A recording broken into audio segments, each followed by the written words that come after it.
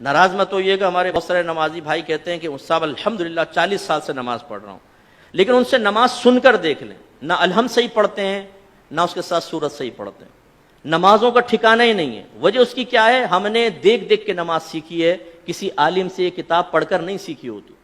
ہم مسجد میں آتے ہیں، ایک یوں تکبیر لگا، کہتے ہیں یہ بھی کوئی طریقہ ہوگا، ایک یہ بھی کوئی طریقہ ہوگا، ایک آئی یہ بھی ایک طریقہ۔ ہمارے بچے پریشان ہوتے ہیں کہ کیا، بعض بزرگ وضو کر رہے ہوتے ہیں، ہاتھ دھویا، پھر یہ وہ بچہ کہتا ہے یہ بھی کچھ ہے، ہاتھ دھونے کے بعد کرنا ہوگا۔ اب اسے پتہ نہیں یہ سنت ہے یہ خلاف سنت۔ ہمارے نوجوان بعض اوقات نماز پڑھ رہے ہوتے ہیں، پف نکلی ہوئی ٹوپی غائب۔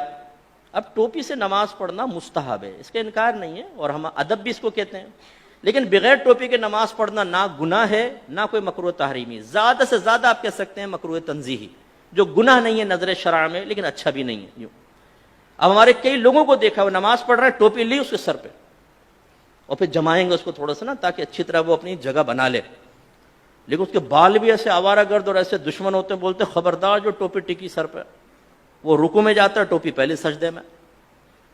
یہاں تک میں نے دیکھا ہے نوجوان سجدے میں گیا تو اس کو سجدے میں اس کے وہ جیسے نٹ کس رہے ہیں اس کے سر کے اوپر۔ ارے بھائی اس کو ٹوپی پہننا کوئی لازم نہیں تھا، آپ کا یہ اس کو اس طرح تنگ نہ کرنا واجب تھا، آپ نے کیا، آپ گناہگار ہوئے۔ سرکار نے تو نمازی کے آگے سے ایک قدم بڑھنا منع فرمایا، آپ پوری تباہ زمائی کر رہے ہیں اس کے سر کے اوپر ٹوپی لگانے کے سلسلے میں۔ ایسی بیٹا آنکھیں بند کر کے نماز نہیں پڑھتے ہیں، آنکھیں کھول کر پڑھتے ہیں۔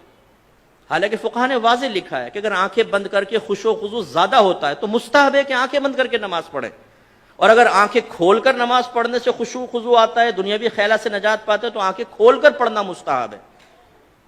سمجھانا کیا چاہ رہا ہوں، دین سیکھا نہیں ہوتا ہم نے، سنی سنائی بات یا مسجد میں آ کے وہی آبزرویشن کے ذریعے جو ہم نے سیکھا ہوتا ہے اسے دوسروں پر مسلط کر رہے ہوتے ہیں۔ بچہ بیٹھا ہوا ہے، پاؤں ہلا رہا ہے، بیٹا ایسے پاؤں نہیں ہلاتے، نحوست ہوتی، وہ بچہ رک جاتا ہے۔ اب بھائی کہاں سے نحوست ہوتی ہے یہ بتائیے، پاؤں ہلانا کہاں سے نحوست ہے؟ یہ تو کوئی نحوست نہیں ہے، شریعت نے تو کوئی منع نہیں کیا۔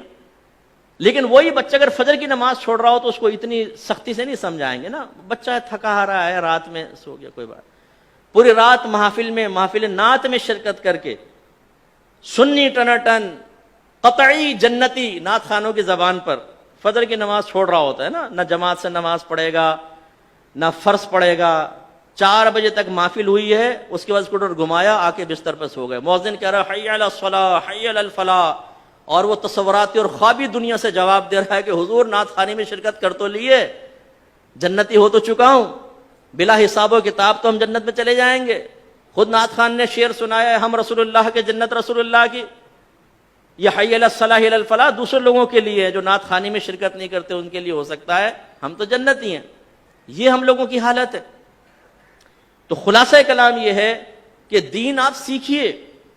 میں نے الحمدللہ بالغان کا بہت مدرسہ پڑھایا، نمازیں سنیں کوئی ٹھکانہ نہیں، سبحان رب الاعلی، التحیات، حالانکہ صحیح لفظ ہے التحیات، التحیات نہیں ہے۔ اسی طرح صحیح لفظ ہے رب اجعلنی، اور اکثر کیا پڑھیں گے ربی جعلنی، ربی جعلنی، غلط ہے۔ یہ اصل میں اجعل صیغہ امر کا، ربی کو با کو جیم سے ملائیں گے حمزہ وصلی گر جائے گا، رب اجعلنی، رب اجعلنی، لیکن ربی جعلنی۔ تو یہ کیوں ہوتا ہے؟ آپ میں سے بہت سو ہو سکتا ہے کتاب دیکھ کر بھی سیکھا ہو، لیکن آج سے 35 سال پہلے 40 سال پہلے، اب وہ بیچ میں جو غلطی آئی وہ پختہ ہوتی چلی گئی، بتائیے نہیں۔ اس لیے ناراض مت ہوئیے گا، آپ میرے بزرگ ہیں، میرے بڑے ہیں، جو بزرگ بیٹھے ہوئے جو ہم عمر ہیں اور جو چھوٹے ہیں وہ بچے ہیں، لیکن ایک دفعہ اپنی نماز کسی قاری صاحب کو سنا دیں۔ پہلی بات تو یہ کہ جس کو ڈر ہوگا نا، خوف کہ میں پھنسوں گا، وہ سنائے گا ہی نہیں، وہ کہے گا مفتی صاحب نے ٹھیک کہا لیکن اللہ کی رحمت بہت بڑی، اللہ معاف کرنے والا ہے۔ بھائی اللہ تعالیٰ رحمان ہے، رحیم ہے، لیکن وہ قہار و جبار بھی تو ہے۔ اس کی قہاریت اور جباریت کو فراموش کر کے صرف رحمانیت پہ نگاہ کرنا یہ نبیوں کا طریقہ نہیں ہے۔